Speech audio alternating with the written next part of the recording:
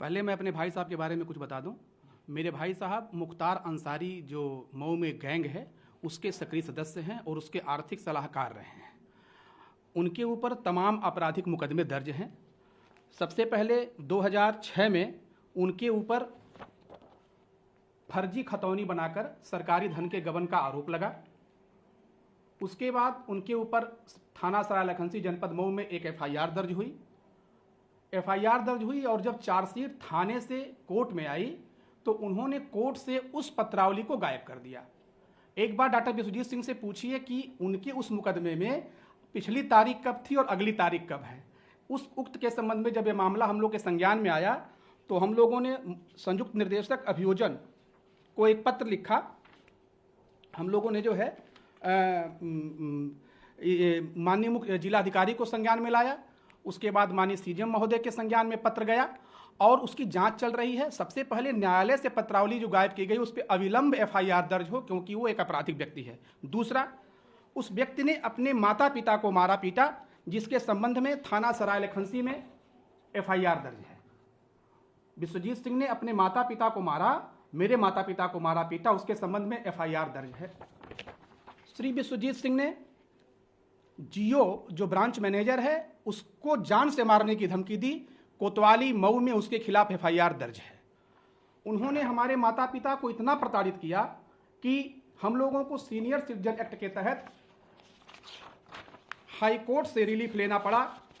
ये देखिए आप, हाई कोर्ट के आदेश हैं। और ये व्यक्ति जो है जबरन वसूली करता है। मुख्तार अंसारी गैंग का व्यक्ति है। मैं तो बहुत छोटा आदमी हूं।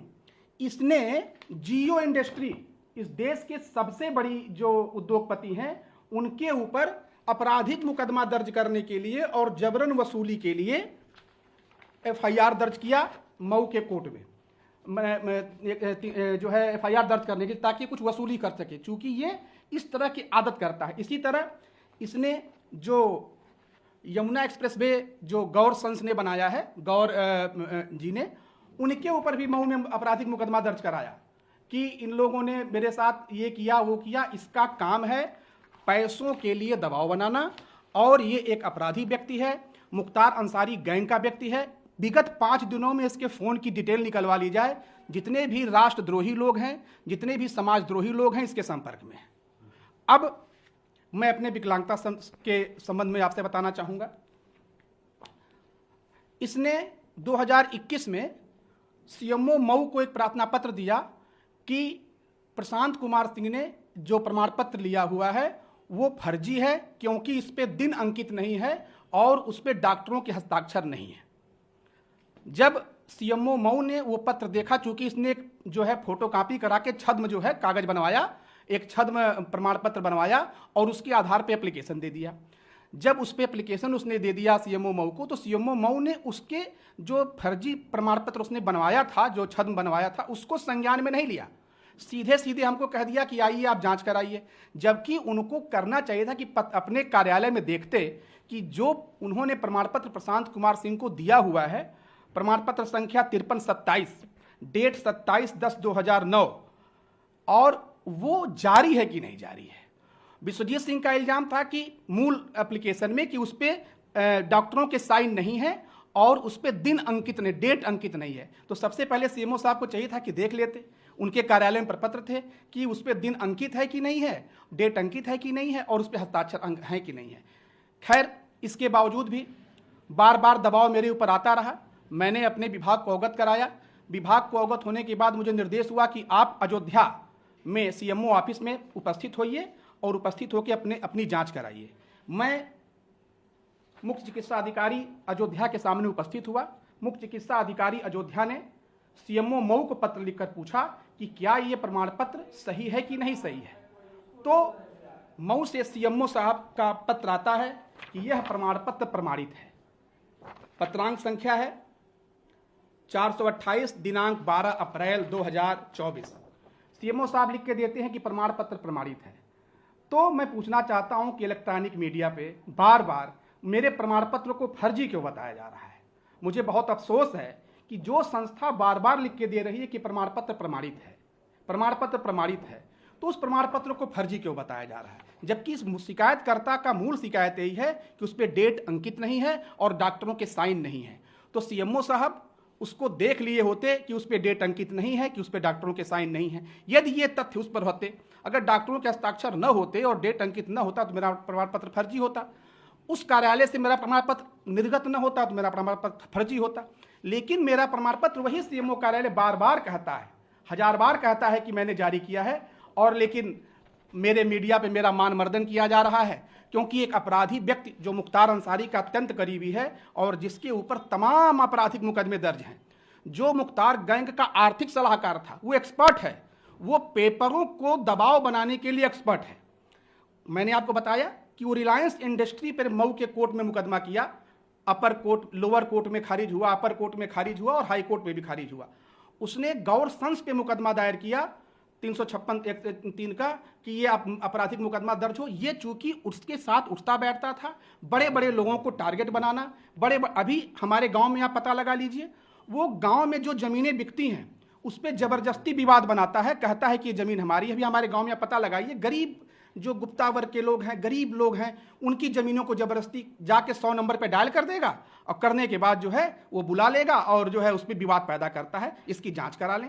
और ये अपराधी व्यक्ति जो कि अपने माता पिता को मारा पीटा है, जिस पे मुकदमा पंजीकृत है, ये व्यक्ति जो फर्जी खतौनी लगाकर मुख्तार अंसारी और जो है इन लोगों से पैसा लिया हुआ है, जिसका मुकदमा दर्ज है लेकिन पत्रावली न्यायालय से गायब करा दी गई। सबसे पहले न्यायालय इस तथ्य को संज्ञान में ले और अविलंब पत्रावली गायब कराने के जुर्म में उसके ऊपर एक नया मुकदमा दायर करे।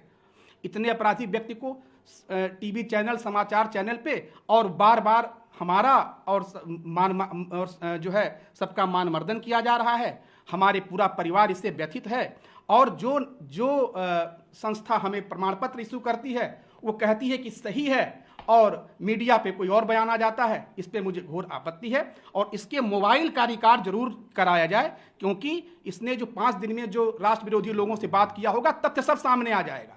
दूसरी चीज, मुझे बार बार थ्रेट है, मेरे ऊपर बहुत ज़्यादा दबाव है, मुझे तमाम सोशल मीडिया के माध्यम से मुझे जान से मारने की धमकी भी दी जा रही है। इसको भी संज्ञान में लेना जरूरी है। मेरा जीवन भी संकट में है, क्योंकि मुख्तार अंसारी जैसे व्यक्ति, मुख्तार अंसारी के गैंग में रहने वाला यह अपराधी व्यक्ति जो बार बार हमें परेशान कर रहा है, और ये राष्ट्र और समाज का विद्रोही है, राष्ट्र और समाज का द्रोही है। क्या आपसे क्या चाहता है वो, कुछ डिमांड वगैरह? हाँ, उसकी आदत है कि वो पहले वो समाज में दबाव बनाता था।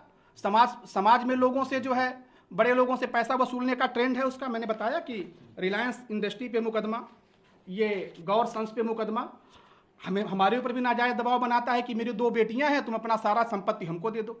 इस तरह के दबाव बनाता है। उसको पैसा दीजिए तो ठीक, पैसा न दीजिए तो चूंकि अपराधी व्यक्ति है। हम लोगों ने 2006 से उससे संबंध तोड़ लिए, क्योंकि जब मऊ के दंगे के बाद वो मुख्तार अंसारी का सलाहकार बन गया, आर्थिक सलाहकार, तब से हम लोगों ने संबंध तोड़ लिए हैं। उसकी जांच कराई जाए और अविलंब उस पर FIR हो। जो फाइल उसने गायब की है न्यायालय से, इसकी जरूर जांच हो।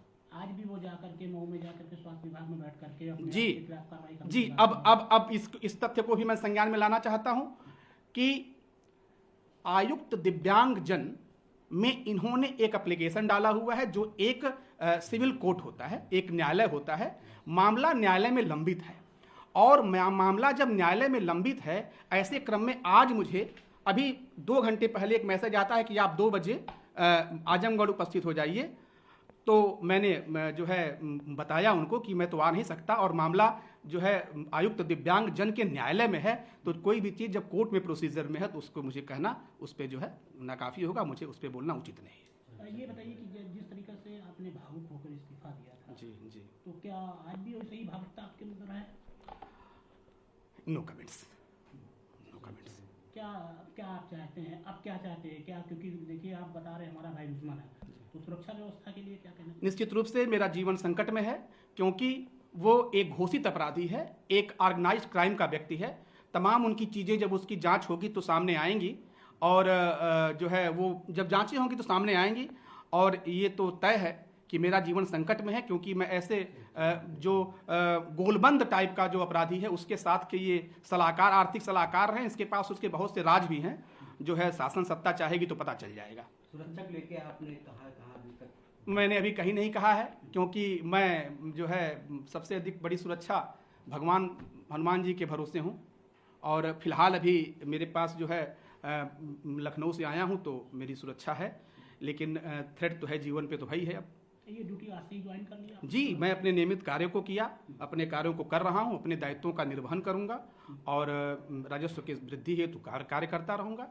राज्य सरकार के लिए अपना जो सबसे उत्तम हो सकता है दूंगा।